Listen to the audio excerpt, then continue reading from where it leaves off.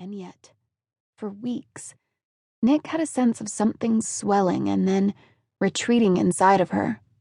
She felt it now, building as she stood in her bedroom.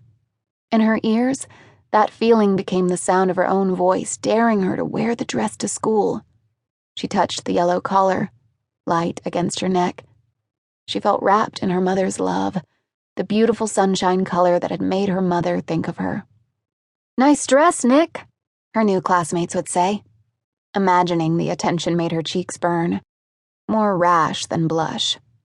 She had to turn away from her reflection in the mirror. The voice in her mind fell to deafening silence. She wore jeans and a gray t-shirt to school. And so, of course, that was the day that Lucas Holt started at Kirk.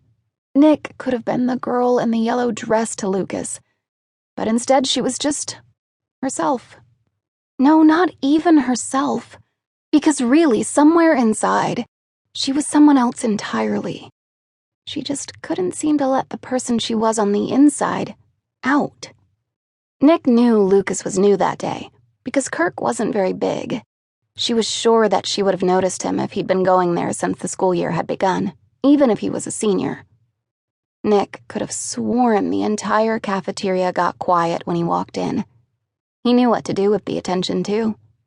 He didn't turn red, or drop his eyes, or dart out of the room as Nick might have done in his place. He had the kind of self-possession that allowed him to be still. He stood there by the cafeteria doors, looking around the large room. She didn't have the sense that he was looking for someone in particular. He was taking in the scene. There was a light within him, a glow that seemed to function like a magnet. His eyes connected with Nick's. She was sure that they did. He looked right at her, and his eyes flickered with something that felt to Nick like acknowledgement. Time stopped.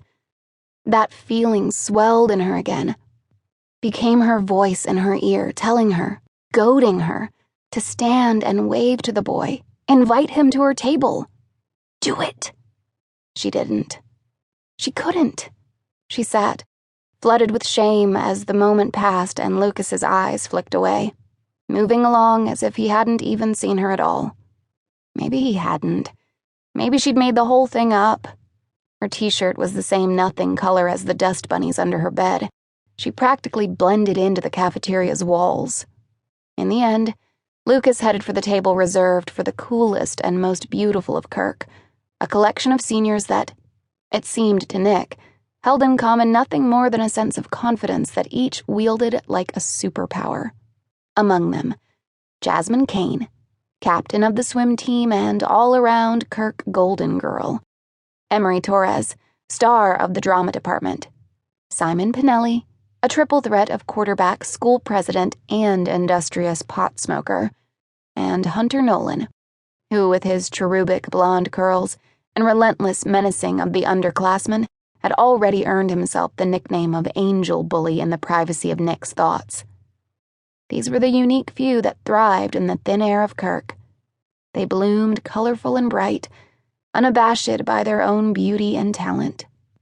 Not one of these seniors or the small crew that surrounded them waved Lucas to their table. He just walked up and sat down and they accepted him. It was as if everyone knew their table was where he belonged, like he'd telepathically revealed a password that made the doors of that world open and then shut behind him. Nick sometimes found herself staring at people, trying to determine how they were so comfortable in their own skin, imagining how it would feel to be them.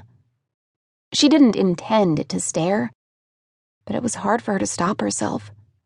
When she was caught, and she was often caught, her embarrassment made her feel combustible, as though at any second she might explode. Sometimes she wished for this explosion, but it never came. Instead, the heat inside of her, that spinning orb of humiliation, steadily grew. Nick forced herself to look down at her turkey and cheese sandwich.